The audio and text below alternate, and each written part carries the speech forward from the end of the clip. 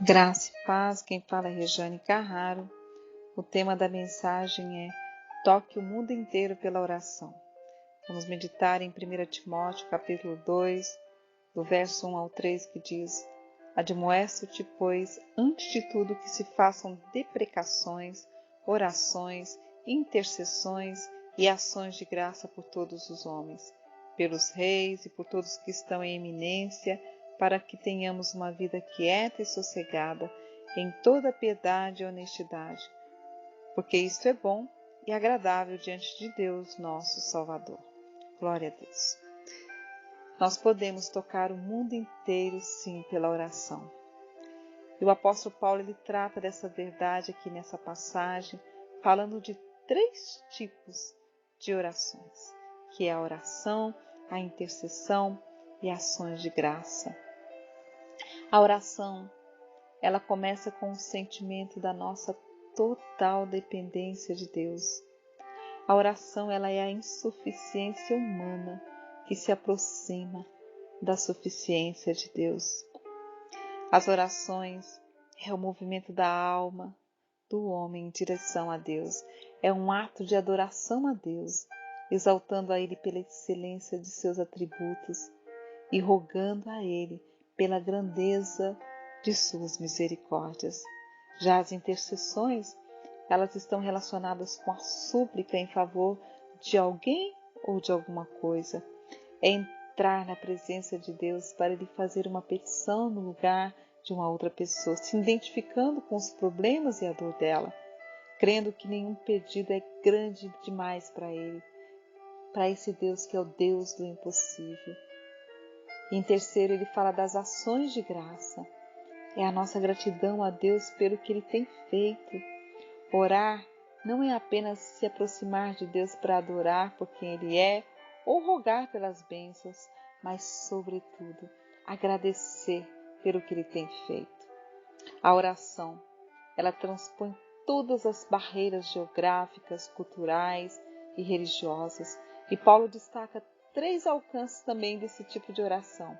O primeiro, ele fala em favor de todos os homens. Então isso significa que nenhuma pessoa está fora da esfera das nossas orações.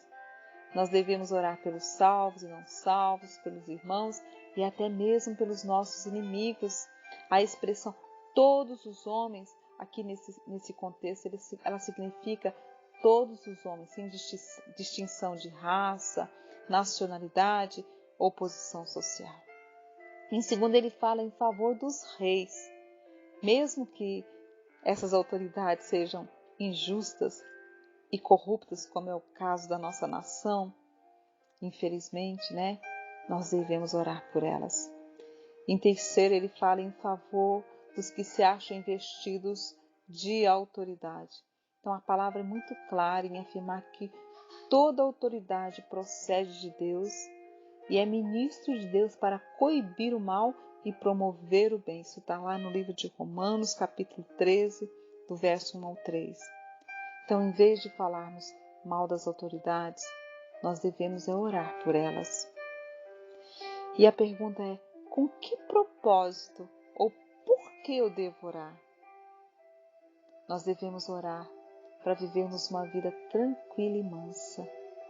A vida tranquila se refere a uma vida livre de inquietações externas, enquanto que a mansa se refere a estar livre de perturbações internas.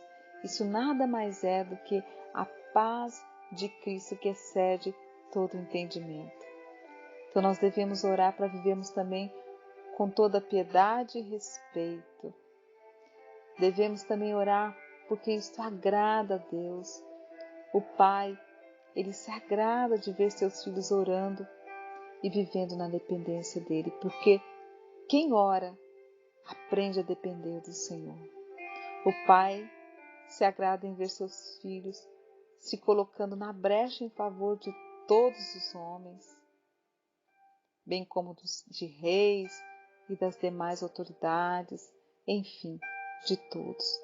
Por isso que a palavra aqui nos afirma, em outras palavras, que a nossa oração pode tocar o mundo inteiro. Amém? Então vamos orar? Pai, em nome de Jesus, eu louvo ao Senhor por esta palavra. Eu te peço, Pai, que o Senhor nos leve mesmo a tocar o mundo, Senhor, com as nossas orações.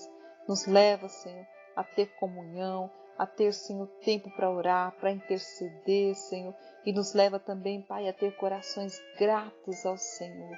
Pai, em nome de Jesus é o que eu te peço e te agradeço. Amém. Amém, meus irmãos. Que Deus te abençoe. E se Ele permitir, eu volto no próximo áudio. Deus te abençoe.